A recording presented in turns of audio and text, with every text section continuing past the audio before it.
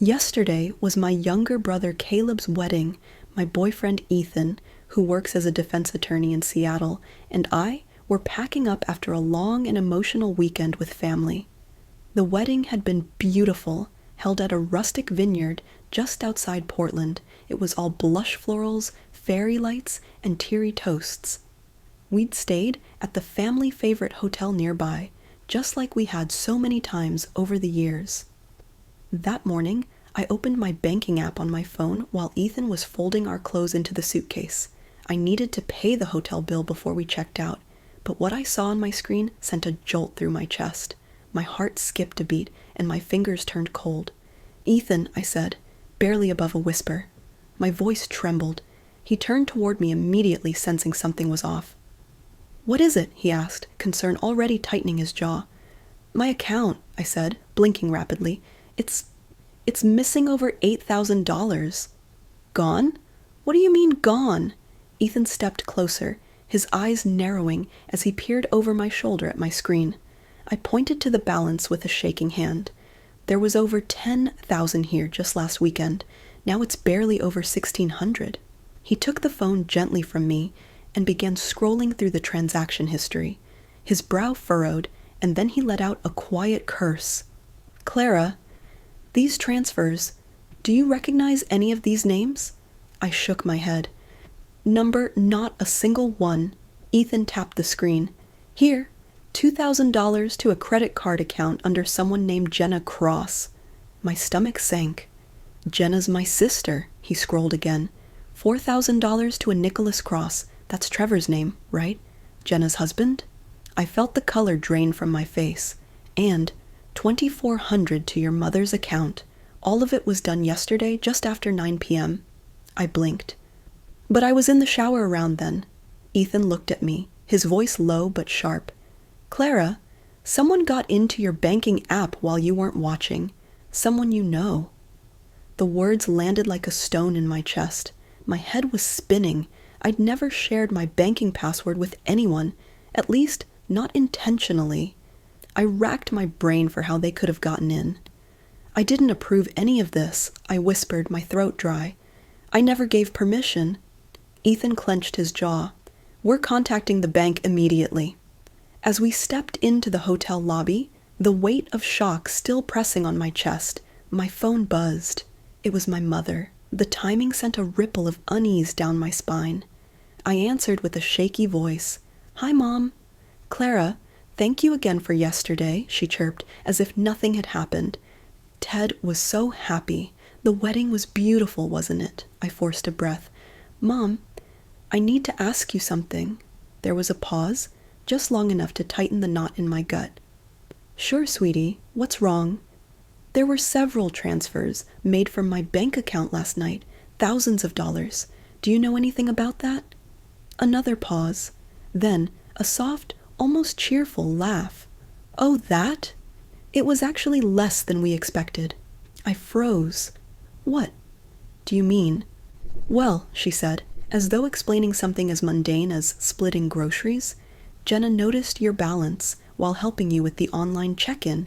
She said you had way more money than she thought, so we decided to divide a little of it. You know, help out the family." The words hit me like a slap. "We?" I asked, my voice nearly a whisper. "Yes, me, Jenna, and Trevor. Nicholas thought it was only fair. You always have money, but you don't do much with it." "Think of it as a wedding gift for Ted," she said, completely unbothered. Ethan noticed my face pale and stepped closer. I switched the call to speaker. "Mom," I said, my voice quivering, "that's theft." "Oh, don't be so dramatic," she scoffed. "We're family. You always keep things to yourself. You're single. You earn well. Of course you should help out. It's your duty, Clara." Ethan couldn't stay quiet anymore. "Hi, this is Ethan Brooks, Clara's boyfriend. I'm a lawyer, and what you've done is illegal. Withdrawing money from her account without her consent is a felony." There was a cold silence on the line. Then my mother said, "Ah, the lawyer. Maybe you should stay out of family matters." I grabbed the phone back. "How did you even get into my account?" "It was Jenna," Mom replied, with a hint of irritation. She did it. You always use the same password, Clara. You really should be more careful. And then she hung up. I stared at the screen in disbelief. My own mother, my own sister. They'd plotted together and stolen from me. Ethan gently took my hand. "Let's go," he said. "We're getting answers. In person." We left the hotel in silence. Ethan's hand never let go of mine. I could feel the protective tension in his grip, the way his jaw clenched as we drove through the quiet Sunday streets. I wasn't crying. I was too stunned to even do that. "We're going to my parents' house," I said finally, my voice calm but razor sharp. "I want to hear this from them directly." Ethan nodded. "I'll be right beside you." 30 minutes later, we stood on the front porch of my childhood home. The place that used to smell of apple pie and coffee now felt like a battleground. Before I could knock, Ethan gently placed a hand on my shoulder. "Whatever happens in there, don't let them gaslight you. You're not crazy, and you're not wrong." I nodded. Then I knocked. The door opened within seconds. It was Trevor. His smirk was the first thing I noticed. The same smirk I had heard through the phone last night.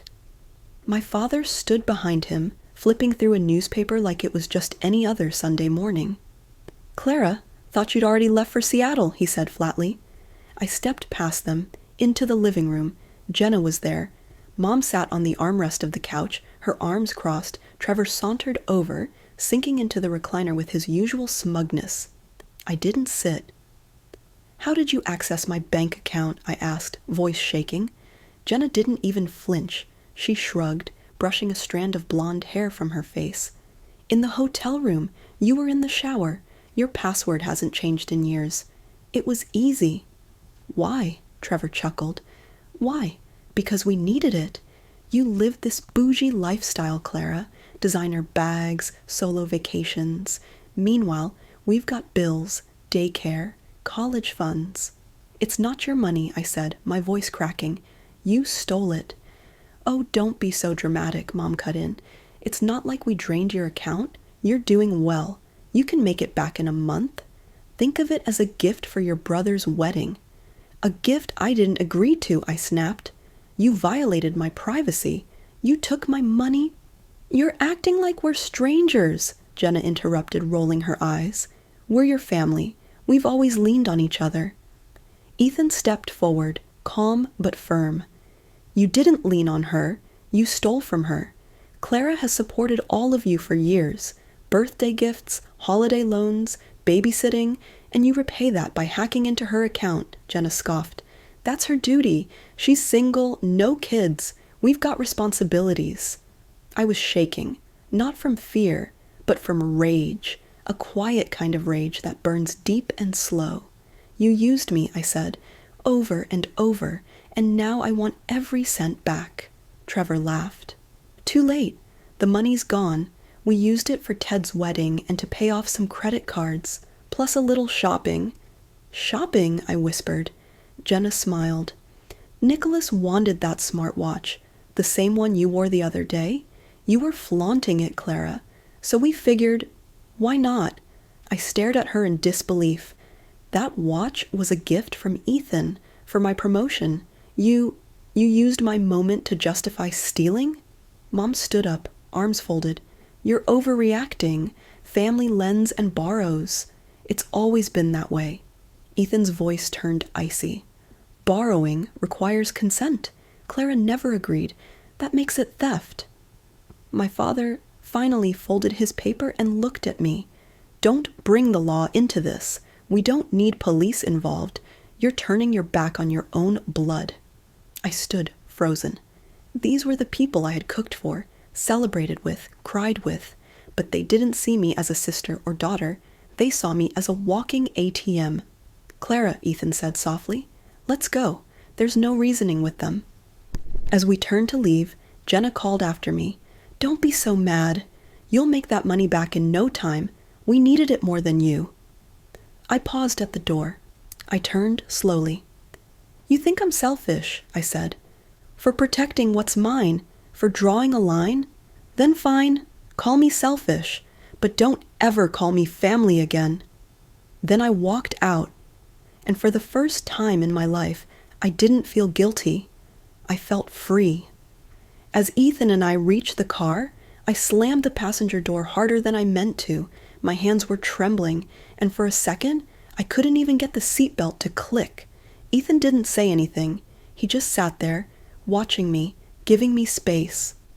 When I finally let out a ragged breath, he reached over and gently rested his hand over mine. "You did the right thing, Clara," he said quietly. I stared straight ahead. I can't believe they said it like it was nothing, that I should have expected it, that I owe them just because I don't have kids. "You don't owe them anything," he said firmly. "You've given enough." I closed my eyes. My mind flashed back. Birthday parties where I footed the bill, emergency loans I was guilted into giving, gifts for my niece and nephew that were priced more than my own rent. And not once, had any of them asked how I was doing. "Clara," Ethan said, "if a stranger stole $8,400 from your bank account, what would you do?" I turned my head slowly. "I'd go straight to the police." He nodded. "So why is it different just because it's family?" The question hung in the air like smoke, and I didn't have an answer. We drove in silence for a few minutes before I spoke again. "Let's stop by Ted's place." Ethan glanced at me. "You sure?" I nodded. He deserves to know the truth. I want to believe he wasn't part of it. We pulled up to Ted's apartment complex just as the sun was dipping below the horizon. There were still ribbons and streamers on the front gate, remnants of the celebration just hours ago. Ted opened the door looking surprised, his hair still slightly damp, suitcase half packed behind him. "Clara, I thought you left for Seattle." I didn't waste time.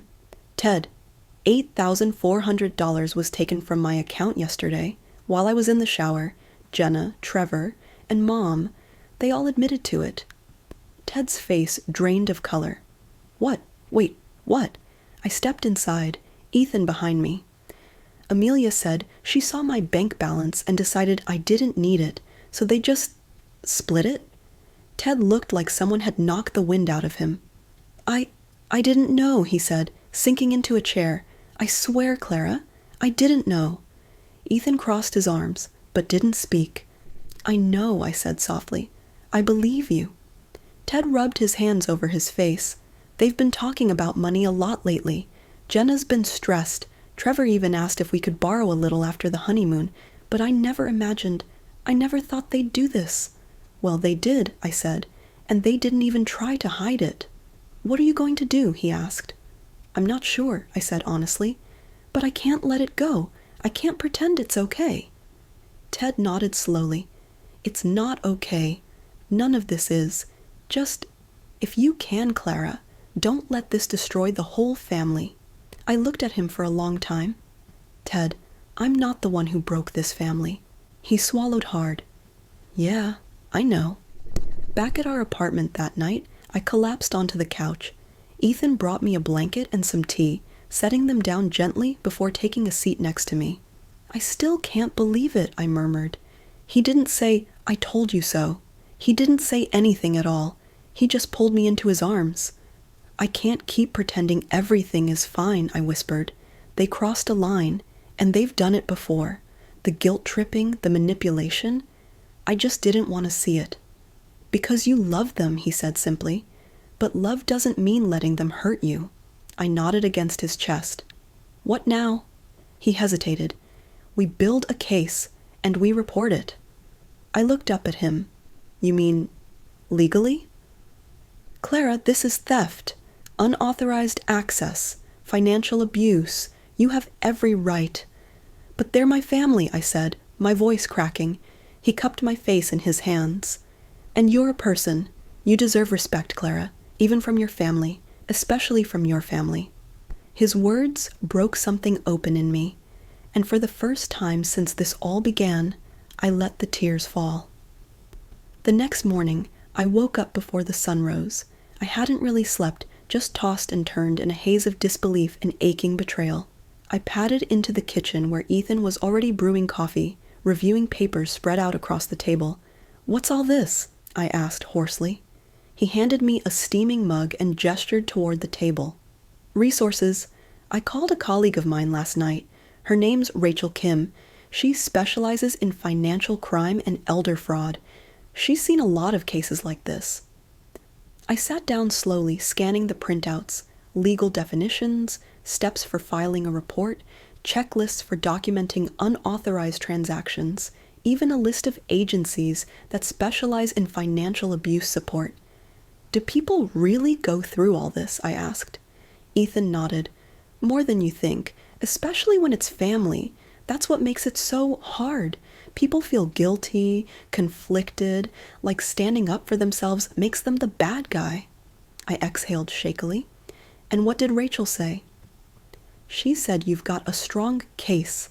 Bank records, call logs, text messages, it's all evidence, especially if we can show a pattern of coercion and misuse over time.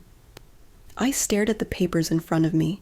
The $8,400 was a violation, but it wasn't the beginning, it was just the final straw. That afternoon, I sat down with my laptop and started digging. I printed every bank statement from the last 3 years. I highlighted every suspicious transaction, every large gift, every loan that was never repaid. There were so many.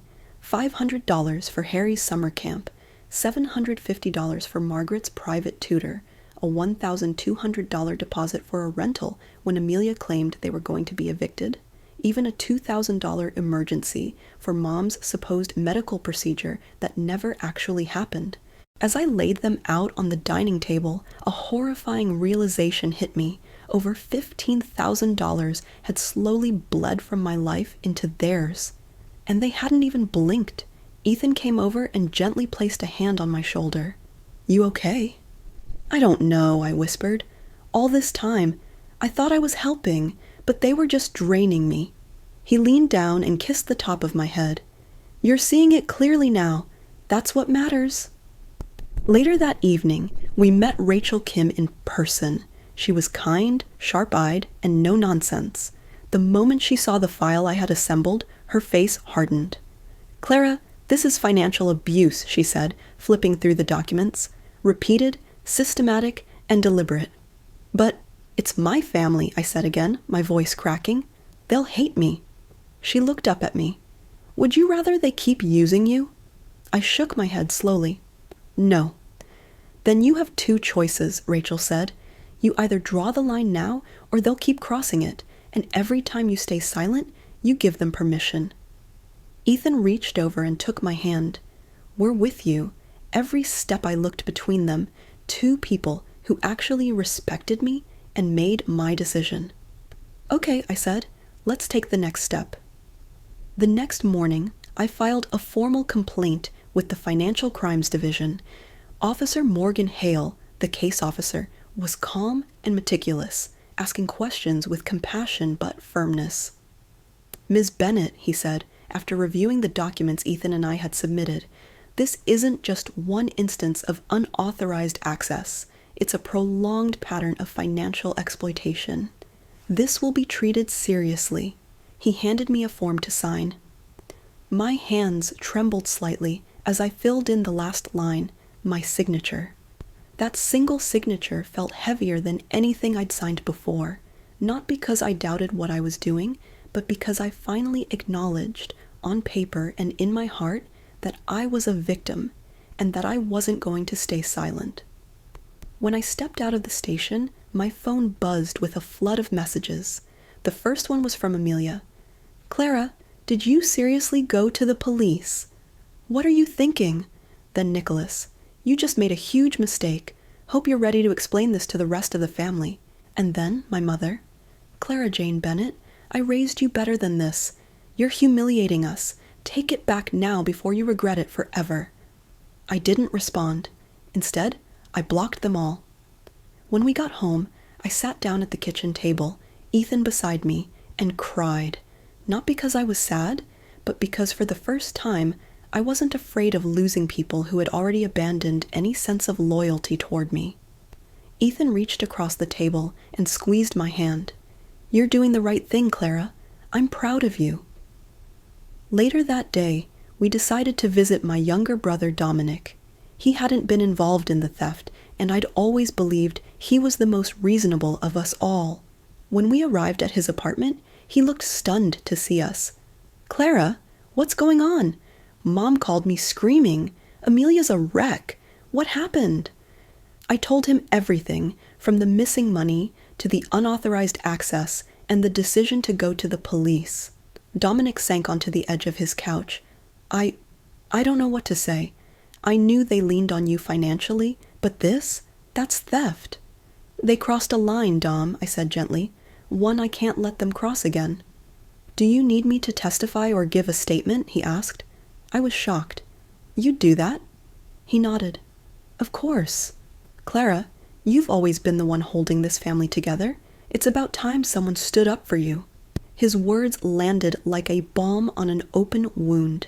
Back at home, we sat with Rachel Kim to go over the next legal steps. She explained the importance of documenting emotional distress and damage, not just the monetary loss. "Clara," she said firmly, "you need to understand something.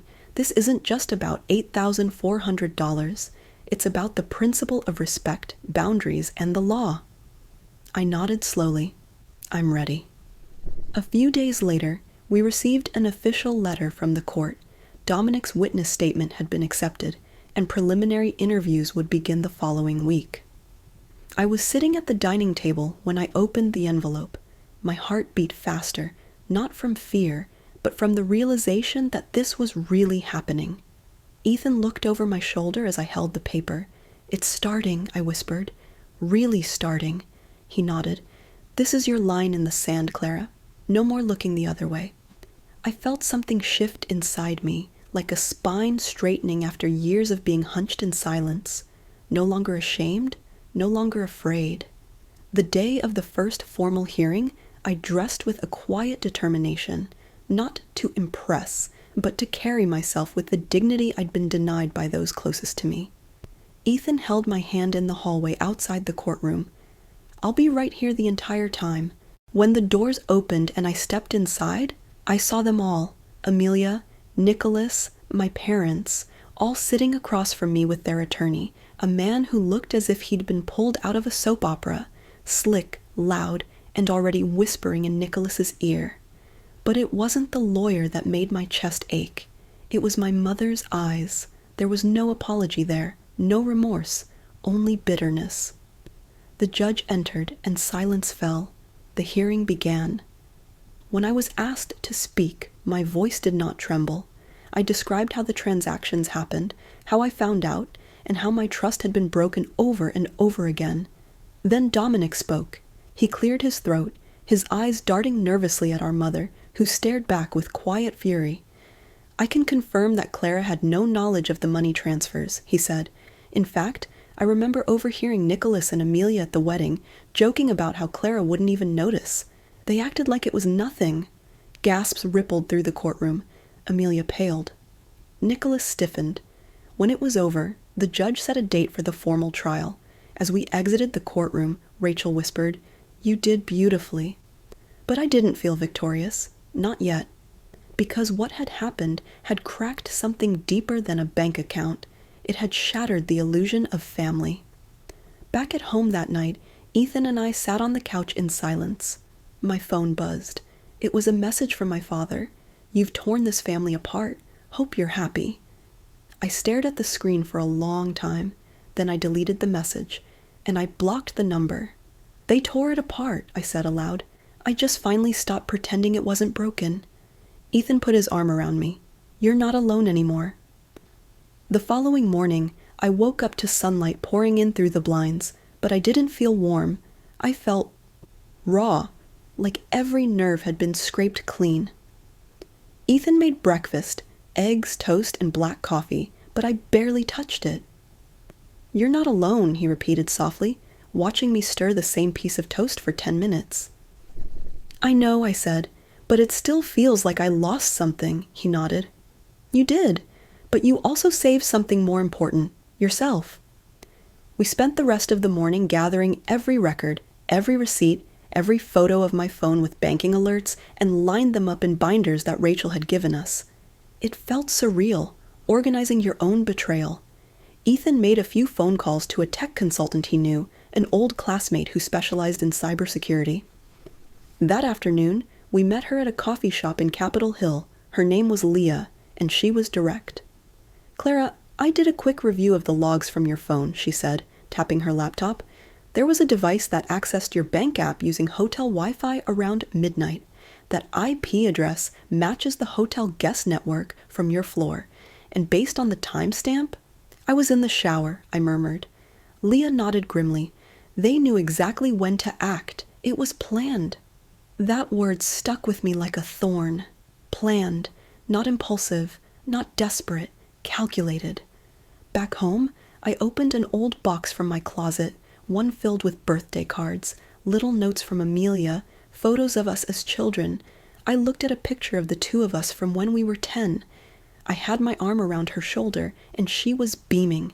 Tears blurred the photo. I had wanted that version of her to exist forever, but that little girl no longer existed. Maybe she never did. The betrayal had stretched back for years, I now realized. Gifts I couldn't afford, favors that were never reciprocated, guilt trips masked as family dinners. Ethan sat beside me and gently closed the box. "You don't owe the past anything," he whispered. "You owe the future your peace." Rachel called that evening. "Good news," she said. "The prosecutor's office is moving forward. They're formally charging Amelia and Nicholas with unauthorized access, digital fraud, and theft." "What about my parents?" I asked, my voice low. "There's not enough evidence to press charges yet," she said, "but the DA's leaving the door open. If your father keeps sending you messages, we may consider that harassment." I sat in silence, processing. Somewhere deep down, I still hoped my parents would call and apologize. But that call never came. Only silence. And silence, I was learning, could be louder than anything else. The day after the charges were filed, I walked into work feeling like everyone could see it written on me, the girl who sued her family. But nobody knew. My co-workers smiled as usual. The receptionist handed me mail. The world kept turning, even though mine had cracked open. That night, Ethan poured us 2 glasses of wine and said, "Clara, you've crossed a bridge most people never even dare to approach." "And now?" I asked. "Now," he said, clinking his glass gently against mine, "you burn the bridge behind you." That weekend, I gathered the last 3 years of my financial records, sorting through every statement and transaction. With every page, the truth became more painful and more undeniable. I wasn't just helping my family now and then. I was their financial safety net, their fallback, their silent ATM. I had transferred money for school supplies, for car repairs, for emergencies that never ended, and I realized how carefully they had built the illusion of love around it. Every compliment came before a request. Every favor was paid for in guilt, and every time I said yes, I was slipping a little further into silence. The next day, Ethan brought home someone new. Her name was Sonia Whitaker, a financial crimes attorney from his firm. She was sharp-eyed, composed, and had a kind but firm voice. She sat across from me and asked just one question. "Clara, do you believe what they did was a crime?" I swallowed hard. "Yes." "Then stop justifying it," she said. "You're not being emotional. You're being rational, and you're entitled to justice, just like anyone else." Her words cut through the fog like a lighthouse in a storm. I wasn't wrong for feeling betrayed.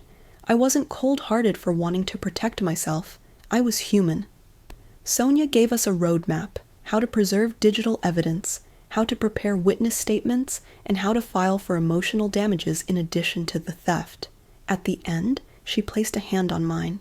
"You're brave, but you don't need to carry this alone anymore." That night, I lay in bed thinking about those words. All my life, I thought being strong meant carrying everyone else, that to be a good daughter, a good sister, meant sacrificing myself, but real strength was knowing when to let go. The following morning, we scheduled an official meeting with the Financial Crimes Division.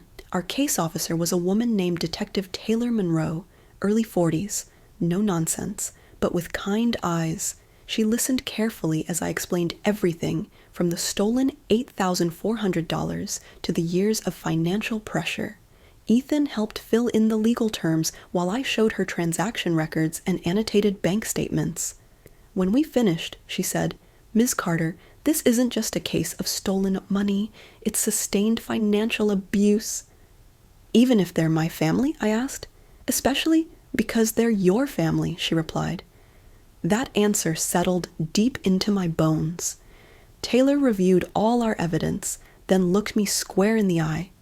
"We'll move forward with a preliminary investigation. If we confirm everything here, we'll recommend charges and request an account freeze." The room felt heavy with gravity. "What happens if they're convicted?" I asked. "Restitution, fines, probation, possibly jail time, and yes, a restraining order can be requested." I nodded slowly. For the first time, I felt something close to peace, not because they were going to be punished, but because I had chosen myself. Ethan slid the folder across the table, organized with color-coded tabs and post-it notes. Detective Monroe opened it and began reviewing the documents, screenshots of online banking transfers, logs of phone conversations, even photos of the birthday list Amelia had sent me for her son that included a $600 gaming console. When she closed the folder, she said, "Ms. Carter, this is one of the most well-prepared cases I've seen. There's clear evidence of unauthorized access, coordinated misuse of funds, and coercive financial behavior." Her words, so clinical, made my hands shake, but not from fear, from a kind of release. I wasn't being dramatic. I wasn't overreacting. I was right to feel violated. "What happens next?" I asked, steadying my voice. "We'll begin interviews and notify the individuals involved," she said. "If they refuse to cooperate, we'll move toward subpoenas. And yes, depending on their actions, charges could be filed." I sat back in my chair. "Will they be arrested?" Detective Monroe gave a measured nod. "Not immediately. But if they continue to interfere or retaliate, it becomes more likely. In cases like this, emotional manipulation is common. Stay strong. You're not alone in this." Her words settled deep. I wasn't just taking a stand for myself. I was protecting the future version of me from ever falling back into silence. The next morning, my phone erupted with missed calls and frantic messages. First, from Amelia. "Anna, did you really report us to the police? They're saying our accounts could be frozen. How could you do this?" Then Nicholas. "You've lost your mind? Over some pocket change? You're tearing apart your own family." And then my mother. "Anna, the police came to our house. The neighbors saw. What will people think? Your father says he can't breathe properly. If something happens to him, it's on you." I stared at the messages, numb. Their words weren't apologies. They weren't concerned for me. They were scared because their comfort was being threatened. I replied with a single line, "This is the result of your choices." Later that day, I returned home from work and found Amelia waiting outside my apartment building. Her makeup was smudged and her eyes were red-rimmed. "Anna," she called out sharply, "why are you doing this?" I stopped several feet away. "If you want to speak to me, it'll be with Ethan present, or my lawyer." She let out a dry laugh. "Is that who you are now? Hiding behind your boyfriend and lawyers? You used to be generous." "No," I said, holding my voice steady. "I used to be afraid to say no." "You're being dramatic," she hissed. "Nicholas might lose his job. Do you even care what this is doing to Harry and Margaret?" "I've always cared," I said. "I cared when I bought them gifts, when I paid for their school books, their lessons, their clothes. But none of you cared about me when you stole from my account." Amelia's voice cracked. "You've changed." "I have," I said, "because now I know that love without respect isn't love, it's control." That night, I couldn't sleep. I sat on the couch, blanket around my shoulders, sipping chamomile tea. My phone buzzed with more texts from my mother and Nicholas, some pleading, some accusing. I blocked them all. The next morning, Ted called. "Anna, I heard about everything. Amelia's freaking out. Nicholas is threatening to sue you for defamation." I exhaled slowly. "Let him try." There was a pause. "You okay?" "I don't know," I admitted. "I feel like I've lost everything." "No," Ted said softly. "You've just finally seen the truth." The preliminary hearing was scheduled. Ethan and I sat in the front row of the courtroom. Across the aisle, Amelia and Nicholas entered with stiff faces and their attorney. My parents weren't there, but I spotted my father's lawyer quietly observing from the back. Amelia refused to meet my eyes. Nicholas stared at me with cold indifference. When the judge reviewed the documentation Detective Monroe had submitted, her brow furrowed. After reading aloud the summary of transactions and evidence of unauthorized access, she looked at their attorney. "Your clients are charged with unauthorized access to financial accounts, misappropriation of funds, and emotional abuse. How do they plead?" "Not guilty, Your Honor," the attorney replied. "Of course." That evening, I received a voicemail from my father.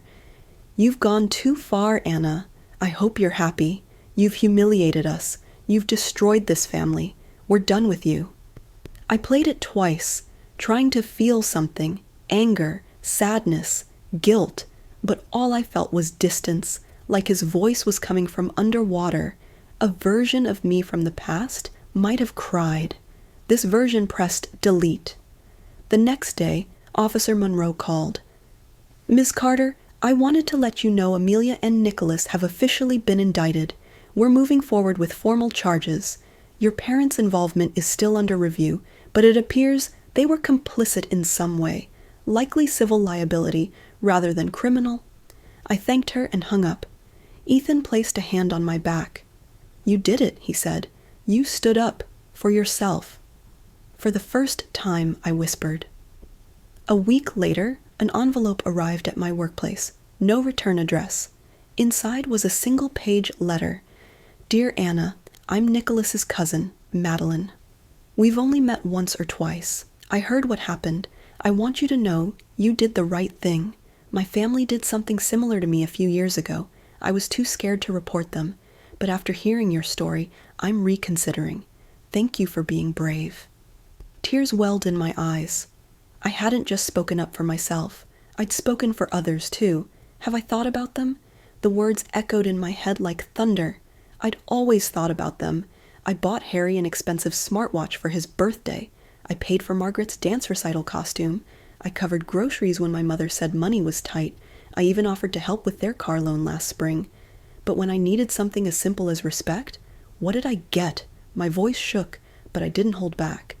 "When you stole from me, did any of you think about me?" Amelia blinked. For the first time, I saw fear replacing defiance. You've changed," she muttered. "You're right," I said. "I've changed because I finally realized my worth." That weekend, Ted showed up at my apartment, holding a bag of donuts and looking sheepish. "I heard about what happened outside your building with Amelia," he said, setting the bag on the table. "I'm sorry. Again." I nodded. "It's not your fault, Ted, but you're the only one who hasn't tried to guilt-trip me." He hesitated. "That's because I'm scared. I know they're going to drag my name into this sooner or later. I can't believe they actually did it." "They didn't just do it," I said quietly. "They planned it." Ted ran a hand through his hair. "What can I do?" "Tell the truth," I said. "If you really want to help, testify." He swallowed hard. "Let me think about it." 2 days later, Ethan walked into the apartment holding an envelope. "It's official," he said. "The DA's office is moving forward. Amelia and Nicholas will be prosecuted. Your parents won't face criminal charges, but they're still under civil investigation." I sank into the couch. "They could go to jail," Ethan nodded. "The sentence might be suspended since it's their first offense. But there'll be consequences. They'll be ordered to repay the money, and the judge might add emotional damages." I stared at the ceiling. "I never thought I'd see my family's name on a criminal docket." "You didn't put it there," Ethan said gently. "They did." That evening, my phone rang. My father? For a moment, I considered ignoring it, but something in me needed to hear it. I picked up. Anna, his voice was hoarse. Why are you doing this? Because you stole from me, I said plainly. You're tearing this family apart. Number, you did that the moment you all decided I was just a wallet. He fell silent. Then, you're no longer our daughter. I didn't cry, I didn't plead. I simply replied, then stop calling me. And I hung up. The next week, Officer Monroe called again. Ms. Carter, Amelia and Nicholas have been formally charged. The trial date is set. A temporary restraining order has been issued. They can't come near you, contact you, or retaliate in any way. I closed my eyes and exhaled. Thank you. Have there been any additional threats? Number, just more guilt texts. If anything changes, let me know. We're watching this closely. I thanked her again and ended the call. My heart still ached, but a new strength had settled in. This wasn't just about money anymore. It was about dignity. That night, I sat at my kitchen table with a cup of chamomile tea, staring out the window. The city lights blinked like stars trapped in glass. Ethan sat across from me, reading quietly, but I knew his attention was on me. You okay? He finally asked. I nodded slowly. It's strange. I thought losing my family would destroy me, but instead, I feel like I can finally breathe. Ethan reached across the table and took my hand. Sometimes you have to lose what was never really supporting you to finally stand on your own. I squeezed his fingers. I just hope Ted doesn't get caught in the middle. He's stronger than he knows, Ethan said, and he has you. The next morning, I received an email from Officer Monroe. The family's financial situation was unraveling fast. Nicholas had been suspended from work. Their accounts were officially frozen, and the mortgage was already 2 months past due. The house, once a symbol of their pride, was on the brink of foreclosure. Then came the kicker. Your parents are trying to file a motion claiming mental distress, Monroe said when I called, but given the timeline and your evidence, it's unlikely the judge will grant leniency. I nodded. I don't want them to suffer unnecessarily, but I won't protect them from the truth either. That's fair, she said. Justice doesn't mean cruelty, it means accountability. A few days later, I received a certified letter. It was from a name I hadn't expected, Margot Ellis, Nicholas's sister. Dear Anna, I'm writing not to defend my brother, but to apologize for the pain our family caused you. What Amelia and Nicholas did was unforgivable, and I'm ashamed to be related to them. Please know that not all of us condone their behavior. If there's ever anything I can do to make amends, even if it's just listening, I'm here. With regret, Margot. I folded the letter carefully, tears stinging my eyes, not from sadness, but from the sheer contrast. A stranger, related by marriage, had shown me more empathy than my own blood ever had. At the next legal prep meeting, Ethan laid out the remaining phases of the case. They'll plead soon, he said. Our best estimate is probation, restitution, and public record of the charges. Your name will be protected, but you might get media attention. Let them talk, I said. If my story helps even one person walk away from an abusive family dynamic, then let it spread. That's brave of you, he said softly. I looked at him. No, it's just overdue. Later that night, I received a voicemail from Ted. Anna, I've decided. I'm going to testify on your behalf. I can't keep pretending everything's fine. I've lived in their shadow for too long. It's time I step into the light. I replayed the message 3 times. Then I called him back. Thank you, I said. Don't thank me. I should have stood up earlier. I just didn't know how. Then learn with me, I told him. We can both break the cycle. The morning of the trial, I stood in front of my closet longer than usual. I reached past my usual office clothes and pulled out a soft gray dress, one my mother once said made me look too serious. Perfect, I thought. Ethan met me by the door, his hand gentle on my back. You ready? I nodded. I've never been more ready. The courthouse was quieter than I expected. No crowd, no media circus, just polished floors and the faint hum of fluorescent lights. Inside the courtroom, Amelia and Nicholas sat beside their lawyer, both dressed like they were headed to a funeral. My parents sat behind them, not meeting my eyes. Ted was already seated with the prosecution, his shoulders squared, jaw tight. "You're doing the right thing," I whispered as I passed. He nodded. "So are you." As the judge entered and the proceedings began, a silence fell over the room like a heavy blanket. This court recognizes the charges brought against Amelia Walker and Nicholas Walker for unauthorized access, financial theft, and exploitation of a family member. Their attorney tried to make the case sound like a misunderstanding, family confusion, blurred lines, emotional miscommunication. But then Ted stood. He cleared his throat, then began. "I love my sister, but what she did was theft. They planned it, used my wedding as cover, and I stayed silent. But I can't anymore." His voice didn't waver once. "Anna has always been generous, but we took advantage of that, and it needs to stop." Amelia turned to glare at him, but Nicholas just stared down at the table, shoulders sagging. When I took the stand, I spoke slowly, calmly. The judge didn't need drama, just truth. I wasn't trying to tear apart my family. I was trying to protect myself. I said yes to every request until there was nothing left to give. And when I finally said no, they took it anyway. I paused. It's not about the money. It's about trust, about dignity. The judge reviewed the evidence, flipping through photos, records, and text messages. He made no expression. Finally, he looked up. "This court finds the defendants guilty of unauthorized access and theft. You are hereby sentenced to 3 years probation, must repay the stolen amount in full, and will be subject to a 5-year restraining order. Any violation will result in immediate jail time." The words hit the air like a hammer on glass. Amelia gasped. Nicholas leaned back in his chair, expression unreadable. My mother turned her face away.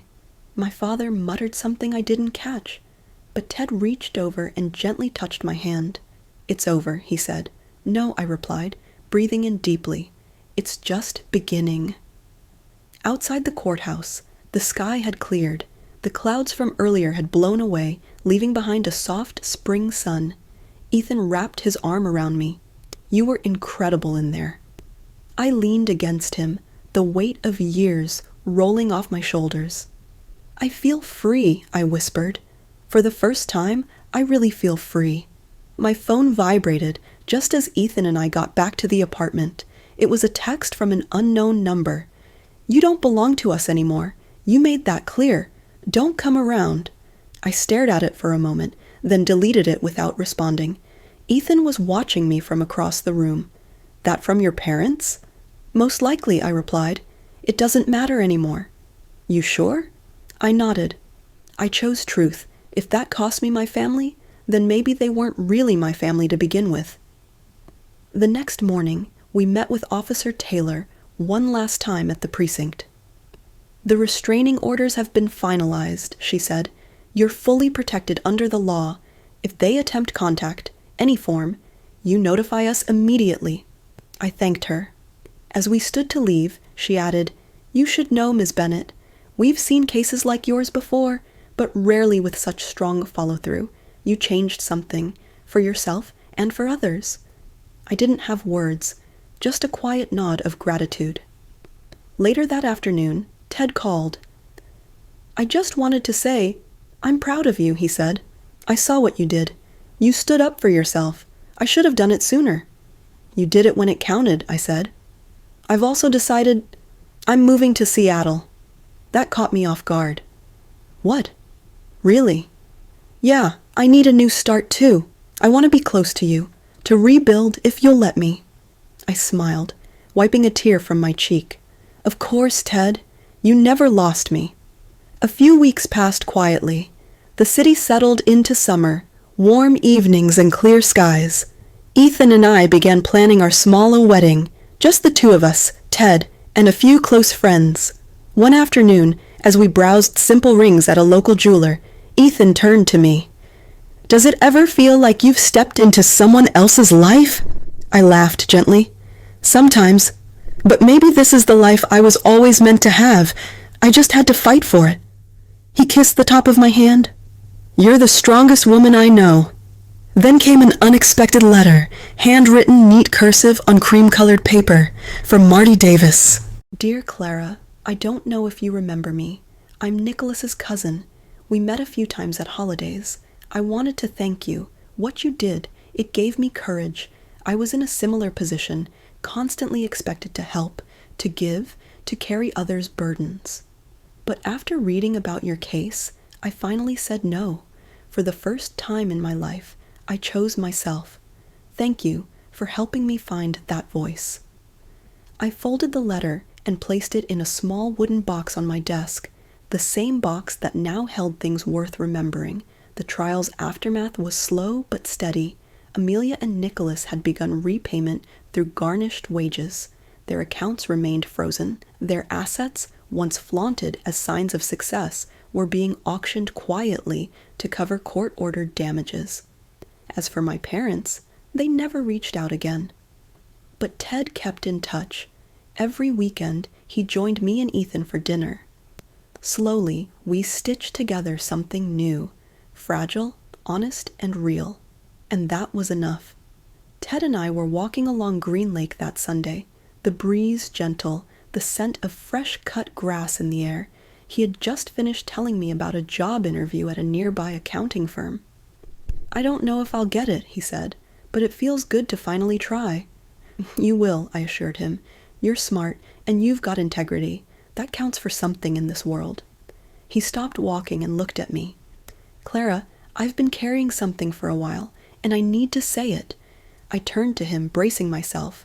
I knew Amelia and Nicholas were planning something, he confessed. They joked about your account, said stuff like, Clara won't even notice. She makes more in a month than we do in a year.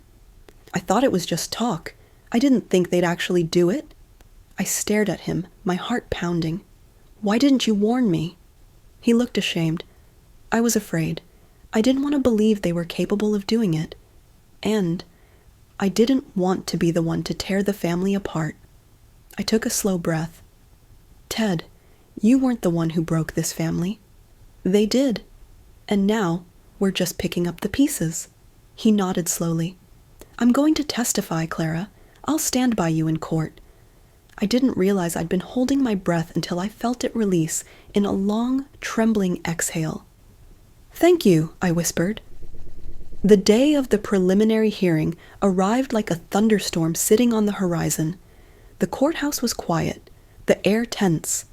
Amelia and Nicholas sat at the defendant's table, dressed formally but visibly tense. My parents were not present. When Ted entered the courtroom, I saw Amelia's expression shift. From indignation to alarm. She hadn't expected him. Ted walked steadily to the witness stand, took the oath, and spoke with more strength than I'd ever seen in him. I overheard them planning to access Clara's account the night of my wedding, he said. They joked about it like it was nothing. Nicholas even said, it's not stealing if she doesn't feel it. Gasps rippled through the courtroom. Even their lawyer looked rattled. I didn't stop it, and for that, I'm ashamed. But I'm here now, and I won't stay silent any longer. Amelia's expression changed as Ted spoke, first disbelief, then rage. She whispered something sharply to Nicholas, who clenched his jaw. After the hearing, I stepped out into the sunlit courthouse steps and looked up at the sky. For the first time in months, I didn't feel alone. As we left the courthouse, I glanced back at Amelia. Her eyes met mine. They were no longer filled with anger, but fear, the kind that comes when someone realizes they're about to lose everything they took for granted. Ethan placed his hand on my back as we descended the steps. You okay? I think I am, I replied. That evening, Ethan's parents invited us to dinner at their cozy home on the outskirts of the city. Their living room was filled with warmth, framed photos, soft throws, the scent of roasted chicken and herbs. Estella, his mother, held my hands across the table. Clara, I want you to know something, she said gently. We don't just welcome you into this family. We're honored to have you. My chest tightened with emotion. You're part of our family now, Ethan's father, Charles, added, not because of what happened, but because of who you are. Tears slipped down my cheeks, and this time I didn't hold them back. For the first time, I felt like I had a real family. As we stepped out of the restaurant later that night, a familiar voice called my name. "Clara!" It was Ted. I ran to hug him, tears still wet on my cheeks. "What are you doing here?" I asked, laughing. "I heard from Ethan," he said sheepishly, "and I didn't want to miss this." Ethan smiled. "He's your family, your real family." I looked between the two men, my brother and my future husband, and felt something powerful stir in me. Hope. "Ted, what are you going to do now?" I asked. "Start fresh," he replied with quiet confidence. "I've been offered a junior position at a firm here in Seattle. I think it's time I moved closer. Time I learned what real family means." Ted's words echoed in my heart. I want to be close to you, as real family. We stood outside the restaurant beneath the glow of the street lamp, the Seattle air cool against our skin. For years, I had supported Ted quietly, helping him with resumes, sending him grocery money during college, encouraging him through every failed job interview. And now, without being asked, he was choosing me. "You're always welcome here," I said, hugging him again. "This is your home too." A few days later, I received another message, this time through email, from Marty Davis. She had a warm, steady way of writing that made me feel like I was having tea with an old friend. "Dear Clara, thanks to you, I've started reclaiming my own life. Your courage inspired me to say no to my family. I didn't take legal action like you did, but I finally said, enough. Your story is reaching more people than you realize. We don't have to suffer in silence just because it's family. Thank you for being brave first. With gratitude, Marty." I sat at my kitchen table, hands resting on the keyboard, heart swollen. Her words felt like a balm I didn't know I needed. I wasn't just reclaiming my own life, I was giving others the courage to do the same. That weekend, Ethan surprised me again.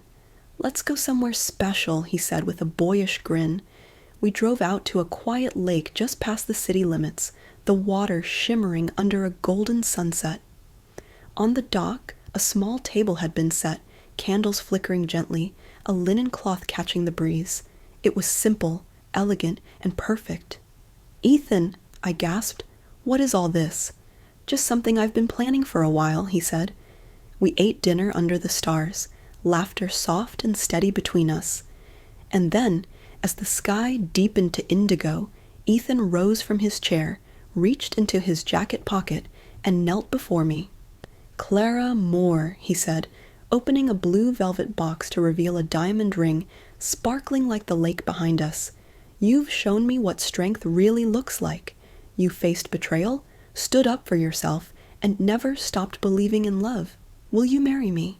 Let's build a family that's different, one made of respect, truth, and kindness." My breath caught. For so long, I'd thought family meant obligation, silence, sacrifice. But here, this man, this moment, was rewriting that definition. "Yes," I whispered through tears. 1,000 times, yes. The next few days passed like a dream.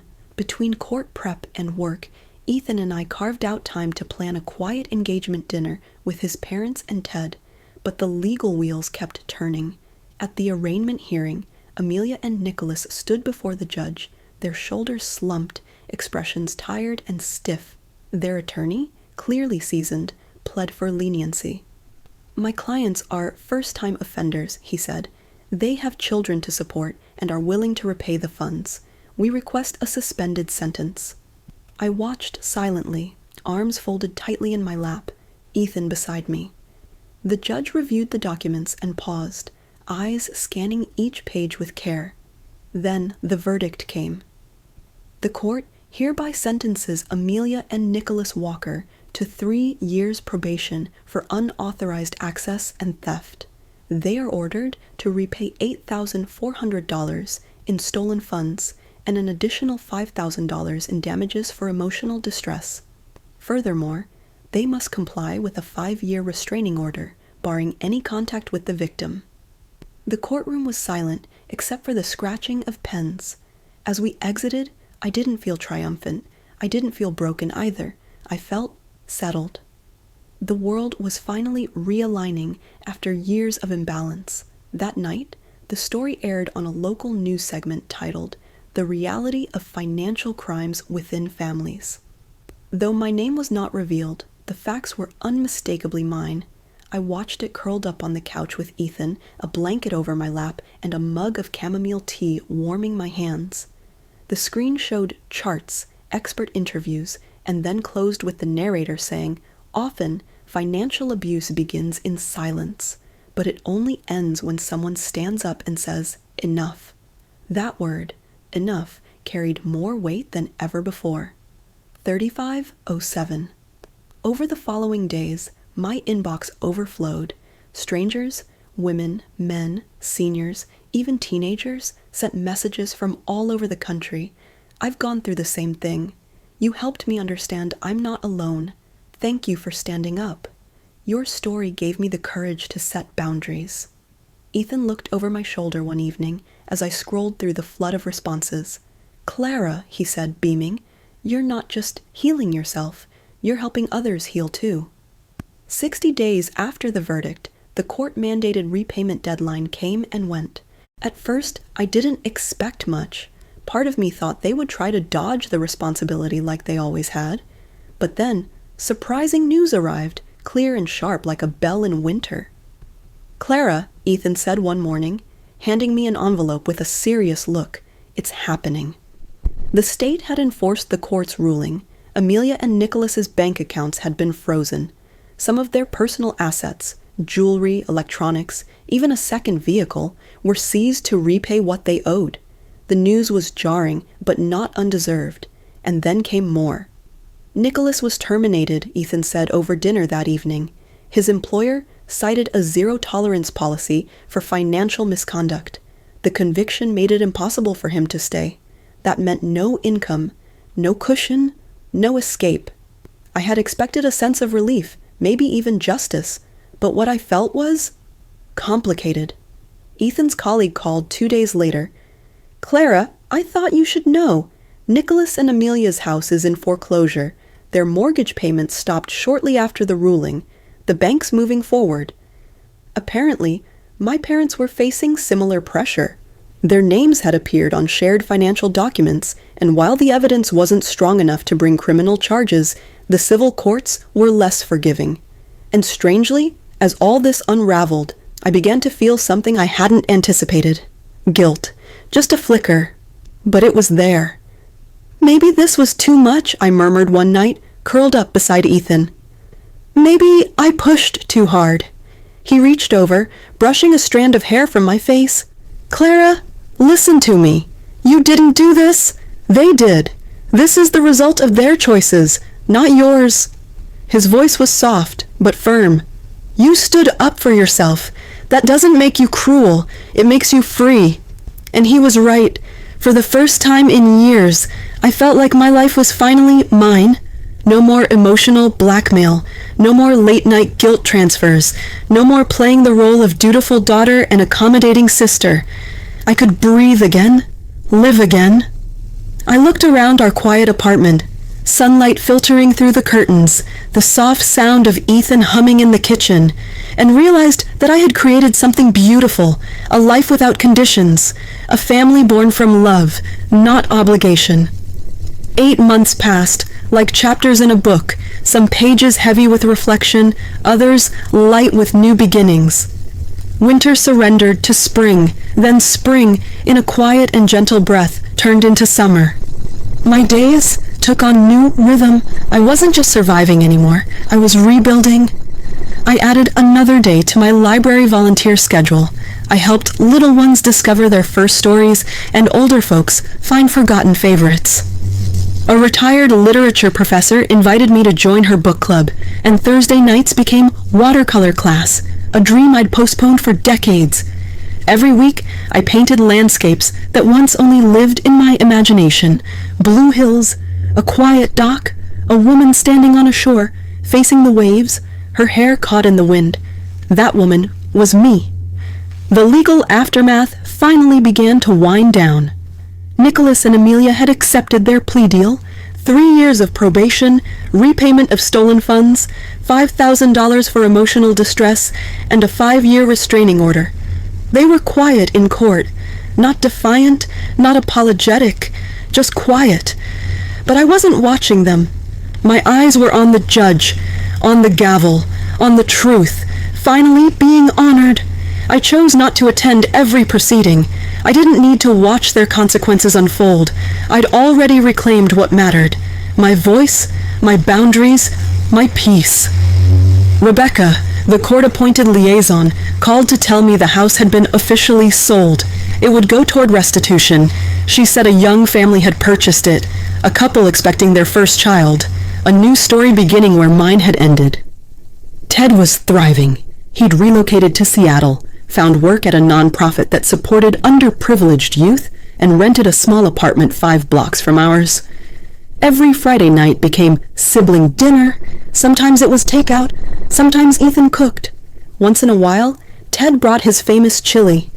Those nights healed something deeper than I could name. Lena, Marty Davis, Nicholas's cousin, and a few others who had written to me after the news began meeting at the library every month.